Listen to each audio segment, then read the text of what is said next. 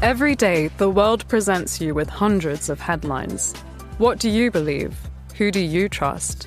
The Financial Times cuts through complexity with clarity, accuracy, and global perspective. Its journalism is guided by independence, not agendas. That's why leaders in business, policy, and culture turn to one trusted source. For facts, for insight, for what matters next. Source FT. Read more and subscribe at ft.com. You're listening to the Monocle Daily, first broadcast on the 11th of December 2025 on Monocle Radio. The United States helps itself to an oil tanker off Venezuela. The United States also wants to read all your social media posts, and Time magazine announces its 2025 Person of the Year. Put the champagne on ice, Liz Truss. I'm Andrew Muller. The Monocle Daily starts now.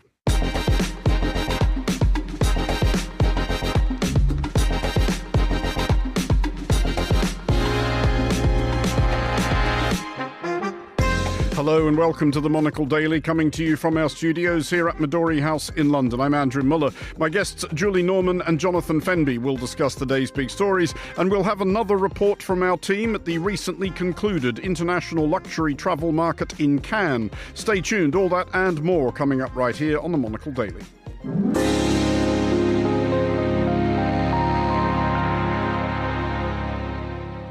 This is the Monocle Daily. I'm Andrew Muller, and I'm joined today by Julie Norman, Associate Professor of Politics and International Relations at UCL and co-author of the new book, Gaza, the Dream and the Nightmare, and by Jonathan Fenby, journalist, author of many books and former editor of the South China Morning Post. Hello to you both. Hello. Julie, first of all, we will mention your book again, which we don't object to doing at all because it's great. I've read it and I know that for a fact. But reintroduce it to our listeners, if you would, especially those who are still looking for Christmas presents for the Middle East weirdo in their life. Indeed, what could be better? So my new book, Gaza, the Dream and the Nightmare, is out right now. It's really just a very comprehensive story, a biography, if you will, of Gaza about how things got to this point, and it's infused with a lot of stories, quotes, memories from Gazans and as well as from Israelis. So it's a very personal human book, and it's coming out as an ebook and an audiobook on January 6th. And Jonathan, do any of your books in particular make ideal Christmas gifts? Don't go through all of them. Oh, all of them. All of them. We'll be here all night. We'd be here all night, yes, if I went through them all. I just say, although time has passed, given what's happening in the world, my last book, Crucible, which is about the setting up of the world order after the Second World War, is still valid. Just about possible. Good title. Yes, yeah. Well, it's what we're losing. Well, on that happy thought, we will start in the waters off Venezuela, where helicopter-borne US troops have boarded an oil tanker, an action gloatingly broadcast by the US Department of Homeland Security in a clip to which they added the dignified soundtrack of LL Cool J's 1990 hit Mama Said Knock You Out. The ship is the tanker Skipper, currently flying the flag of Guyana, though without permission to do so, according to Guyanese maritime authorities. US Attorney General Pam Bondi claimed that Skipper had for a number of years been involved in an illicit oil shipping network supporting foreign terrorist organizations, while Venezuela's president Nicolas Maduro called it an act of piracy. Julie, there has of course been a great deal of controversy about the United States' behavior in the waters of the Caribbean in recent weeks, but if this tanker, as appears to be the case, was flying a false flag, has been under US sanctions, has the US in fact done the right and proper thing here? I would say, again, this is in a much broader context of the U.S., I think, carrying out 80 different types of operations over the last several months off the shores of Venezuela and elsewhere in the Caribbean. More in the forms of strikes. This is the first time that it's been kind of an active takeover in this way. But this still seems quite out of bounds from the usual way of doing things, even when there have been sanctions, even a false flag kind of situation. It's not typical for another country to go in and do something like this and to, at least up till now, kind of seize the assets, the oil for themselves. So this is definitely crossing a different type of line, and it's certainly within a bigger picture of increasing pressure on Maduro and on Venezuela. Well, indeed so. Jonathan, President Trump has somewhat shrugged about the oil on board that I don't know will probably keep it, or words to that effect. But the ship ship is owned, as far as anybody is able to figure it out, by Triton Navigation, which is based in the Marshall Islands, linked by the US Treasury to Viktor Artemov, who is a Ukrainian with alleged links to Hezbollah and the Islamic Revolutionary Guard Corps. Again, if all that is true, is seizing this boat necessarily the wrong thing to do? It's not necessarily the wrong thing to do, except it's incoherent in the sense that why were the earlier boats, smaller boats, blown up and everybody on them killed, rather than being seized? If you can seize a tanker, which Trump was very keen to say in his announcement of this, was the biggest seizure ever of a tanker. He's always got to be biggest. He's always got to be superlative. If you can do that, why couldn't you have seized any of the alleged drug boats? Well, a fair question to which we've not yet had a reasonable answer. Because there is no reasonable answer. We're in the world of Trump and Cy Stallone being hailed as, the greatest ever actor at the Kennedy Center in Washington the other week, and this just follows on from Trump. Wake up and I'll do something today. Is it, though, part of, to the extent that it is coherent, Julie, part of a pattern of what we have seen of pressure on coercion of Venezuela to what ends we're still not entirely sure? Oh, yes. I mean, it's definitely part of a bigger picture. And I would say not just Venezuela, but even for the Western Hemisphere. And we saw some of that come out in the new national security strategy this week, where there's literally a reference to kind of a Trump addendum to the old Monroe Doctrine, kind of that the U.S. has essentially a carte blanche to control the Western Hemisphere. So I think this is one of several examples of Trump really trying to flex his muscle, really trying to position the U.S. as the sole superpower doing what they want and will do in this part of the world, and trying to take out any other threats, especially in this case, Venezuelan oil that is sold, I think, about 80% to China. So a lot of this is kind of broader geopolitics, but really targeting places in the hemisphere where the U.S. feels it has almost a right under Trump to take these kinds of actions. Of course, China has has put in a lot of investment into Venezuelan oil, as you mentioned, over the last few years, and also is doing the same thing on the West Coast in Peru. So we'll see how Trump reacts to that if she gives him a nasty phone call one night. Well, predictably, Jonathan, President Maduro, aside from calling the United States pirates and buccaneers and corsairs and everything else of that ilk he can think of, he's trying to frame this, that this demonstrates that what the United States wants is to seize Venezuela's oil. Obviously, this is a thing that the United States has been accused of before, even if it is vastly cheaper and easier to buy someone's oil than steal it. But is that narrative going to land, do you think? No, it's not, because Maduro is clearly a very bad character who should be got rid of. And indeed, the opposition leader was getting the Nobel Peace Prize this week, which we've seen. But the question is, I think really, if you come down to it, and there's no way of proving this, that Trump has found his ideal opponent in this. It's a good boxing match for him, or he thinks it is. Can he do this forever, though, Julie? Because the thing is that the United States now has an extremely significant maritime contingent in the waters off Venezuela. It is not a cheap thing to do to maintain a flotilla of that size indefinitely, and surely the longer this goes on, the more you risk looking just a bit silly if you do absolutely nothing at the end of it. Yeah, I mean, I think this is starting to get close to that line, and it's getting a lot of more domestic pressure, I think, maybe than Trump even expected, and that was with the double strike attack last week in particular that we've talked about before here. But just to say, a president who doesn't get much internal criticism from his party, these actions regarding Venezuela is dividing the party. It is getting pushback. It is actually mobilizing Congress a little bit to say, hold on, wait a minute, much less the more strategic operational things of how long do you keep kind of doing this, and what are eventually going to be some of the costs. So I think this is going to be part of a broader kind of thing for Trump, but I'm not sure what his next moves are here, and it's been very unclear what even his own end game would be. But just to follow that up, Julie, as the table's token American, what's your understanding of, loyal though Trump's base have been, astonishingly loyal, really, all things considered, for more than a decade, do you think they would go along with significant military action in Venezuela? I mean, you can see that America might get away with blowing a few things up and saying we blew up some drug dealer stuff, but Trump has hinted that there might actually be some sort of ground operation. Would there be any appetite for that? I think very little. I think there is a part of the party that kind of likes the guns blazing, like show we can, blow things up sort of thing.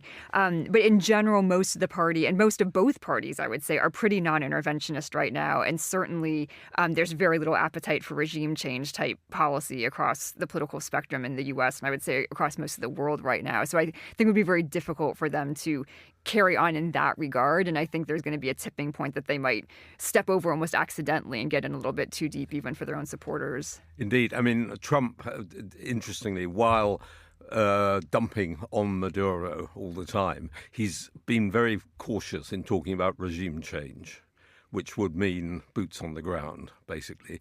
And Hegseth is, the war secretary, is the ideal man for the moment. Mm-hmm. Well, to the United States now, or alternatively not. If you have at any point in the last 5 years or so made any amount of fun on social media of the great helmsman. Under a new proposal being contemplated by US Customs and Border Protection, putative visitors to the US may have to furnish access to the last 5 years of their social media posts, plus every email address and phone number they have contacted in that period. To be clear, this is not law as yet and may well be revised, probably when US Customs and Border Protection employees realise they're going to have to scroll through 5 years' worth of people's pictures of their dogs and passive-aggressive complaints about late trains. Julie, again, this is where we blame you for everything the United States does. It is worth noting that as of the last time I got my I-visa for foreign press who work occasionally in the United States, renewed, they did ask for social media handles. This is not necessarily an entirely new thing. And this may be naive of me, but my view was, it's all public anyway.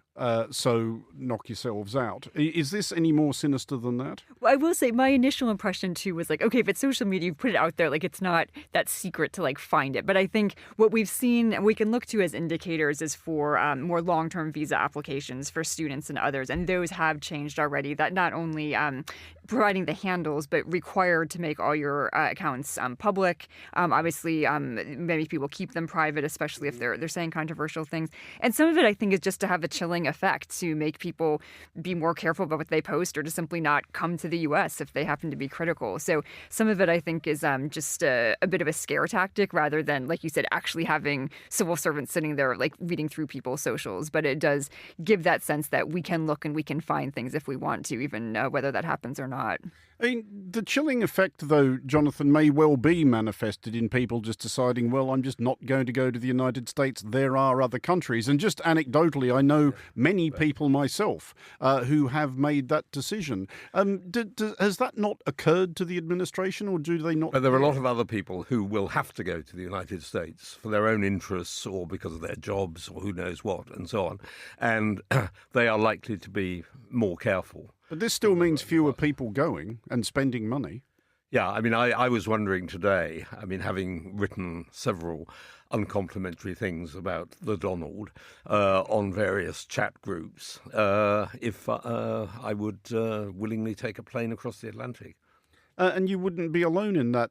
Julie, this line they are floating that they're also going to want every email address and phone number that you may have contacted in that same period. I mean, it takes, honestly, to renew the I-visa most of a day to fill out the forms for that as it is. The first question is pretty much what was your first memory, and then you have to tell your entire life story. But this is obviously absolutely outrageous. And this, is it thinking too far into it to think this is just a way of keeping journalists out of the United States? Because no self-respecting reporter is going to fill that in. Yeah, I mean, I guess I thought it was all the email addresses and phone numbers that yourself had, which even that I could not remember all the email addresses and stuff that I've had. But if it's for others, that's kind of insane. But no, I think, like I said, I think a lot of this right now is just making a show that they are doing this. I think a lot of the concern is more for people applying for visas, but it's going to have a huge knock-on effect for tourists. And, we've talked before, like the World Cup is coming up, the Olympics are coming up and still under Trump's. Yeah. And it's, you're going to just completely turn off like many people who would be wanting to come to the U.S. for these events as well as for the normal things people come for. And it sits very badly with all the talk about freedom of speech. Oh, of course. Of course. Yeah, but as we have none of the proponents of the freedom of speech attack on Europe, the Vances and so on, will take any notice of this, right, of our complaints. But does it make any? I mean, again, does it make any logical sense? In particular, 6 months out from a World Cup, where you are agreeing to invite the world literally to your country, and just looking at the fixtures, Jonathan, the first game is Mexico versus South Africa, which on form could be played in front of an empty stadium. Also qualifying Haiti, Iran, Colombia, Algeria, Ecuador, etc., etc., etc. This has the makings of an astonishing shambles. It does, like much that Trump does. But does it? Can you see Can you run fast enough to keep ahead of the game? Well, not so far. But do you perceive any logic from the administration's point of view? Like, what are they trying to do here? Is there a reason why you would do things which are going to have the effect of scaring people off at a moment at which you're supposed to be trying to invite them in? No, I would guess that somebody like Stephen Miller, or one of the apparatchiks, who said to Trump, why don't we ask people to divulge everything on their social media account? And Trump would have said, yeah, good idea. I mean, Julie, are you noticing, in your interactions with your fellow Americans that this sort of thing is starting to register? Because, again, just going back to my own experience, the number of people I know who in the last 11 months have decided, that conference I usually go to, I'm not going to go to. That trip I usually take to the United States, I'm not going to do. I know several friendship and family groups who usually meet in the United States, transatlantic groups that is, who have instead decided, let's just all go to Canada. So everyone just agrees to meet there. But are people in the United States beginning to notice this? I wish I could say yes, but I really don't think so. I mean, Americans who have traveled outside, or those of us who are outside, obviously you hear it, but I think internally people are not quite aware of these things. And this isn't a knock on Americans that, Americans don't travel. Like, I think the country is huge. Like, there's a reason why a lot of people don't. But it's just a reality that I don't think people are that focused on this. And partly that's because people are concerned with other effects of Trump's policies, like affordability and the tariffs and ICE raids and these other things that are really affecting Americans much more front on. But he's trying to distract attention from that, the affordability above all, with everything like this, like Venezuela. Yeah, perhaps. And I agree with you, too. I think a lot of this is probably something from the Stephen Miller camp of things. It gets thrown out there. It gets a lot of political support from the MAGA base. And does it actually go into practice by the time of the World Cup? Questionable, but it at least kind of feeds that beast within the party. Well, to Ukraine now, and to President Volodymyr Zelensky's ongoing efforts to forestall the peace deal which the United States and Russia are attempting to foist upon his country. Among the many bad faith complaints made by the Ukraine skeptical among American conservatives is that President Zelensky has served beyond his mandated term, which would have expired in May 2024 had Russia not attacked in February 2022. However, under the strictures of martial law imposed by President Zelensky at that time, elections were suspended. Zelensky is now suggesting that elections could be held so long as the security of the vote was guaranteed by the US and other allies. Julie, is this possibly quite cunning of Zelensky? Because he's saying that, yes, basically we can hold an election, but you're going to have to send soldiers. Exactly. I mean, to me, this is a very smart move by Zelensky at a moment when he knows, things are very are very tight right now with the negotiations. There's also been a lot of scrutiny of him and his government because of corruption charges. So this is a way to say, of course, we're open for elections, but give us those security guarantees, and that'll move us forward on a lot of other fronts that are probably a bit more seem a bit more urgent to him. Because, Jonathan, absent those security guarantees, the idea of holding an election in Ukraine now is somewhat preposterous, isn't it? It is completely ridiculous, ludicrous, the idea. I mean, it could only serve Putin's purposes, dividing the country. Who would the opposition be? I can't envisage it. Well, there is opposition in Ukraine, obviously. There is opposition, but it's opposition of a kind which Trump would find even less palatable. Is there something to be said for it, though, if it can be done, Julie, as a demonstration of democratic goodwill? Because on the subject of opposition, I did, when I was in Odessa in June, I think it was, I spoke to an opposition MP and asked him about this. And this is somebody, obviously, who opposes President Zelensky. And he said, basically, as we've been discussing, of course we can't hold an election. It's absurd. Millions of people have left the country. Hundreds of thousands of people are at the front. It would obviously be dangerous and risky and provide the Russians with targets. And then he went on to say, he said, that's the sort of serious answer. We were just chatting. He said, I'll now give you the politician's answer. He said, the reason I don't want there to be an election is that we'd lose. He said, President Zelensky is not, as uniquely, completely revered as he was maybe a couple of years ago, but he's still basically extremely popular. Yeah, and I think just as long as the war is going on, that will probably be the case. And so the opposition knows that. And I would say, again, I think Zelensky knows he needs to signal to the U.S., to Europe, that he's open to this. But in reality, logistically, everyone knows it'd be very difficult. And secondly, he knows that he kind of needs to see things through. And he's positioned himself well. He's set up all these relationships with world leaders, with governments. And I think there's a lot of sense within Ukraine that he is still the person who, if there's going to be a way out of this and a resolution that is palatable, he is still the one that people probably trust the most. If this is President Zelensky, Jonathan, basically daring Ukraine's allies to send troops and provide peacekeepers and those security guarantees, is anyone likely to take him up on it? No. I think not. So the whole idea goes away, evaporates. And Trump once more is left waking up thinking, what's new for today? Well, moving along now to Time magazine, which has announced its Person of the Year for 2025, except that it hasn't. Time's editors have done that thing they do every so often of awarding it to a bunch of people. In this instance, the so-called architects of AI. Included in the cover illustration are Elon Musk, Jensen Huang, Mark Zuckerberg and Sam Altman, among others.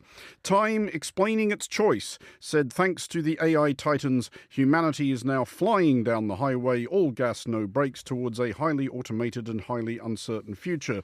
Given that one does not fly down a highway, it is tempting to speculate that Time bought into the spirit of the thing by getting ChatGPT to write its metaphors. First of all, just wondering if anybody at the table has written 2 biographies of previous winners of this accolade, which might still be available in all good stores. Jonathan? Probably, yes. Yes, Chiang Kai-shek and Charles de Gaulle. Yeah, Charles de Gaulle, yes. They were different. And I mean, I think this is a cop-out, largely, as you intimated just now.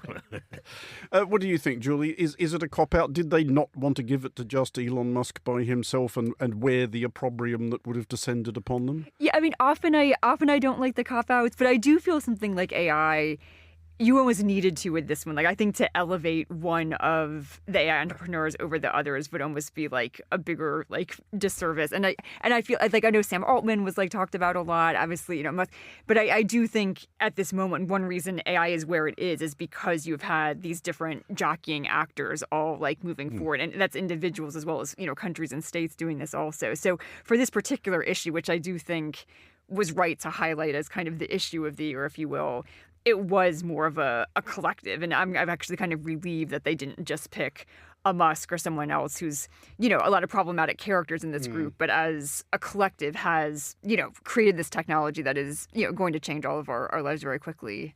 Yeah, and is basically running the administration in Washington, as far as one can tell. Jonathan, you have by now lived through any number of upheavals, revolutions and turnovers in the media environment, etc. And Lord knows I can remember having a typewriter on my desk in the first job I had. Are you framed against that journey? Are you a fan or unfan of AI so far?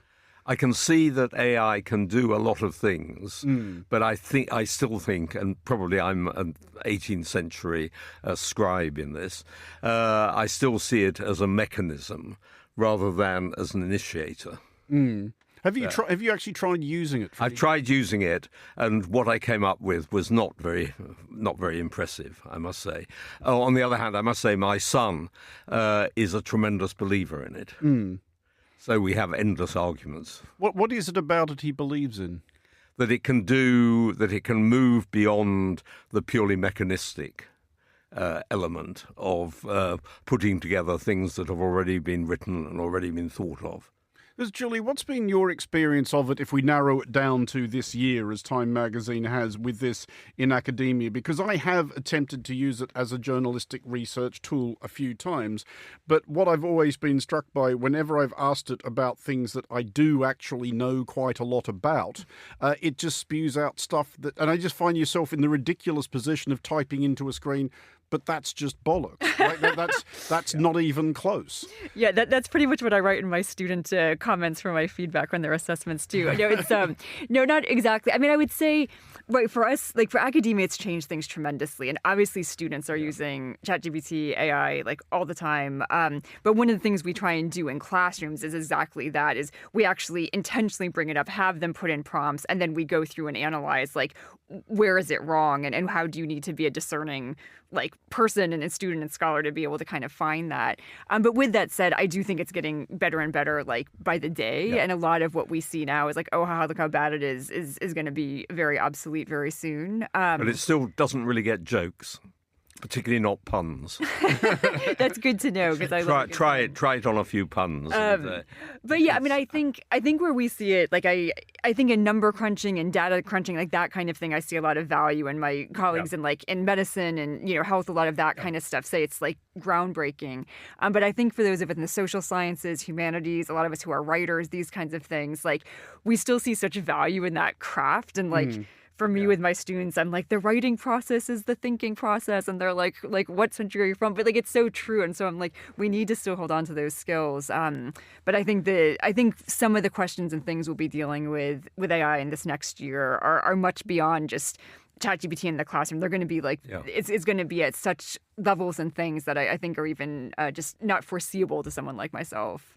To bring it back, Jonathan, just finally to the craft that we all do pursue at some level or another, are you optimistic at all about what AI might do for it? Do you think it actually can be a useful accessory? It can be a very useful accessory. It can basically get rid of a lot of dog's body work, as one calls it, and we used to call it. But then the question is, do we then build on that for something more thoughtful than AI can do? I hope so. Yeah, and even in that, I would just say too, like for me, I like the idea of there being different types of voices in writing, and I think I'm starting to see in emails and a lot of my student essays, there's a certain uniformity of just like the voice, and I miss and I tell my students, like, let me hear your voice in your essays. That is very true indeed. You can tell when something has been put through AI. Basically, when somebody sends me something and I go back to them and say, that's AI, isn't it? They usually say yes. Because there is a uniformity, as I say, a lack of humanity. Yeah, or humor, like you said too. Like it's smoother, but it kind of lacks, like, it lacks the thing that like lets me know what the person's character is. So. Julie Norman and Jonathan Fenby, thank you both for joining us. Finally, on today's show, it is off to the Côte d'Azur for the international luxury travel market. Earlier this month, Monocle Radio was in Cannes speaking to some of the biggest names in the luxury hospitality sector. At the event, Laura Kramer caught up with Anthony Ingham, Rosewood's new COO. She started by asking him about the group's newest openings. Yes, we have some exciting new hotels coming. I'm actually going from here straight to Courchevel after this week, where Rosewood Courchevel is nearly ready. So we have many people there sort of putting the final touches on that hotel. It's 51 rooms, ski in, ski out at the top of Courchevel 1850. And it's really looking beautiful. So that's our first ski resort. So it's very exciting. You're the second person who said they're just opening their first ski resort. Where's the appetite coming from for that? I don't know. I can tell you my personal view, right? So I love skiing. So I think that, like, in a busy world where everyone is kind of stretched, there are sports that take your mind off the everyday, and skiing is one of them. So when you ski, you're kind of up there in the mountains with the blue sky, and you can have a very kind of escape from it all experience, even for just 2 or 3 days. And for me, I completely disconnect.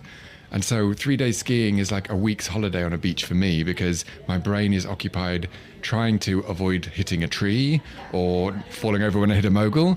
But it's really disconnecting. It's a beautiful experience. When you look across the portfolio, do you think everyone's moving at the same speed right now? Because it does kind of seem we're in the multi-speed world. Where's the smart growth that you see? Where are the opportunities and the challenges? We're very careful in selecting new hotels for Rosewood, especially now as the brand has become more known and we actually have a lot of demand for developers who want to build a Rosewood hotel. And so it is a luxury to be able to choose and to make sure that we're choosing destinations that are going to enable us to create a really meaningful experience for consumers.